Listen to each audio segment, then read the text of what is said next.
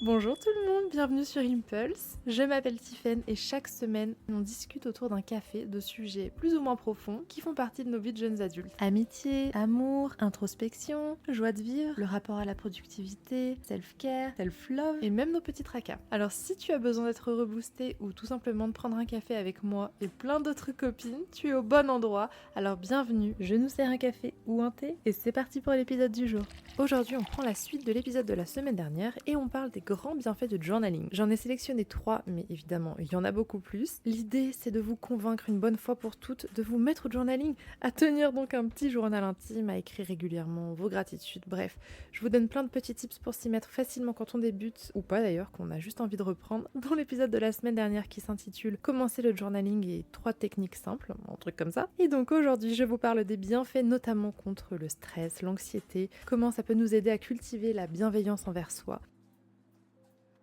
Je vous explique à quel point le journaling est une thérapie. Premièrement, l'effet vide-cerveau. En fait, ça paraît évident, mais à partir du moment où on a fini de tout écrire, parfois ça prend 1 heure, parfois ça prend 10 minutes, ça dépend des jours évidemment, c'est jamais linéaire, mais quoi qu'il en soit, à partir du moment où on a terminé d'écrire ses pensées, on a une sorte de soulagement en mode ah mais c'est tout en fait. Ah mais ça va finalement.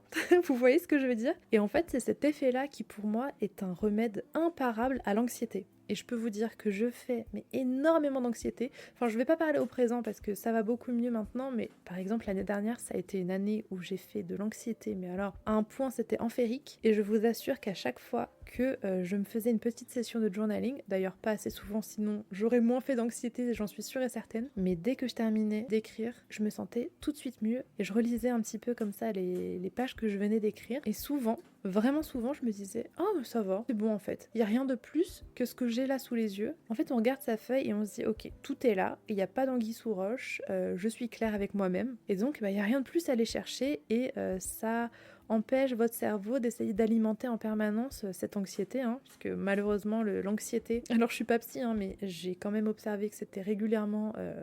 soit contre soi-même malheureusement. Et donc là, vous avez tout devant les yeux, il n'y a rien d'autre à aller chercher, vous passez à autre chose et terminez, bonsoir. Deuxième bienfait, on arrête de se juger. On peut parfois être son pire juge, d'ailleurs je vais enlever le parfois, on est clairement son pire juge, et on est d'autant plus son pire juge que les opinions qu'on a de nous-mêmes sont parfois celles qu'on prend le plus à cœur, et c'est encore une fois ultra malheureux, mais c'est comme ça malheureusement. Ça pareil, alors je voudrais pas donner des infos complètement inexactes, mais il me semble que notre cerveau est quand même relativement calibré pour voir beaucoup de négatifs. Donc bon, je sais pas si c'est une façon de se rassurer et de se dire que c'est pas notre faute si on voit un peu plus le négatif que le positif. Le fait est que voilà, étant donné que c'est une activité d'introspection, et forcément ça nous reconnecte un peu plus à nous-mêmes et ça aide à développer une relation un peu plus apaisée à soi-même en fait. Et donc ça c'est comme le reste, au bout de quelques jours vous allez voir que vous allez prendre de plus en plus de recul par rapport à ce que vous écrivez et vous allez vous rendre compte que ce que vous écrivez c'est ce qu'une de vos amies pourrait écrire aussi. Et je trouve que ça entretient une certaine bienveillance envers soi-même. Parce que évidemment, j'espère que c'est votre cas aussi, mais quand on est un bon ami, on va évidemment pas juger l'autre, on va évidemment être ultra clément avec tout ce qu'il fait, et on va voir beaucoup plus de positif que pour nos propres vies. Et enfin, troisième bienfait du journaling selon moi, on y voit plus clair. En fait, c'est une pratique qui, avec la pratique, la phrase est moche, mais c'est ainsi. En fait, comme vous mettez tout à plat en permanence, vous répondez à vos propres questions. Et au bout d'un moment, vous allez voir que on finit par aborder son quotidien avec beaucoup plus de sérénité. C'est pour ça que pour moi, même si, voilà, parce que je sais que pour certaines, c'est aussi un grand plaisir de se faire une session de journaling, si pour vous, c'est pas un réel plaisir, mais que quand même vous avez des problèmes d'anxiété notamment, c'est bien de le faire, allez, au moins une fois par semaine, une fois toutes les 2 semaines, je vous l'accorde, mais voilà, de se poser, d'écrire, et encore une fois, je vous l'ai dit dans l'autre épisode sur les techniques de journaling pour les débutants, les bonnes réponses sont seulement celles que vous écrivez. C'est-à-dire qu'il n'y a pas de bonnes réponses,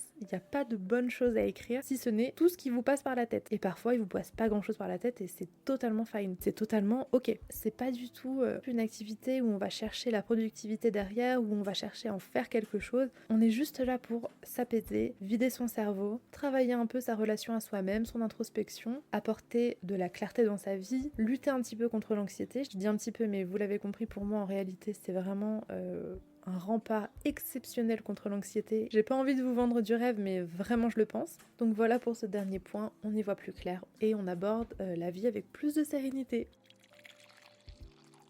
J'ai terminé mes 3 points, bien sûr j'aurais pu en rajouter. Je pense notamment au fait que plus tard ça nous permet de nous replonger dans de chouettes souvenirs et ça peut parfois être très émouvant quand les souvenirs sont moins chouettes. Je l'ai vécu récemment. J'ai beaucoup écrit au moment où je me séparais de la personne avec qui j'étais là ces dernières années et j'ai relu très récemment ce que j'écrivais dans mon journal à ce moment-là et ça me faisait vraiment... Bon alors, il y a une partie de moi qui se disait meuf, c'était évident que ça n'allait pas, il fallait partir même plus tôt, etc. Et donc ça m'a valu une petite session...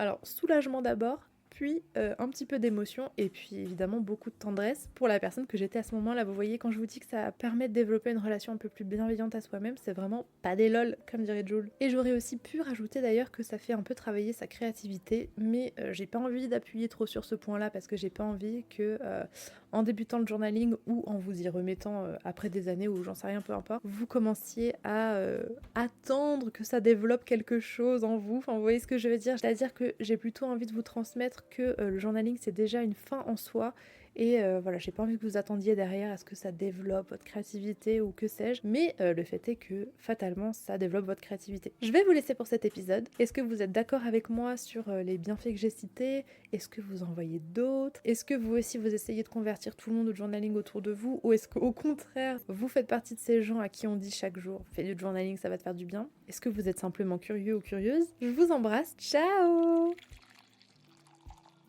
Merci d'avoir écouté cet épisode. S'il vous a plu et que vous avez envie d'en discuter avec moi, n'hésitez pas à m'envoyer un message sur Instagram @StephenDuarte de Freitas. Je suis toujours trop contente d'avoir vos retours. Abonnez-vous au podcast pour ne rien manquer des prochains épisodes et laissez un commentaire ou 5 étoiles sur votre plateforme d'écoute, ça m'aide toujours énormément. À la semaine prochaine.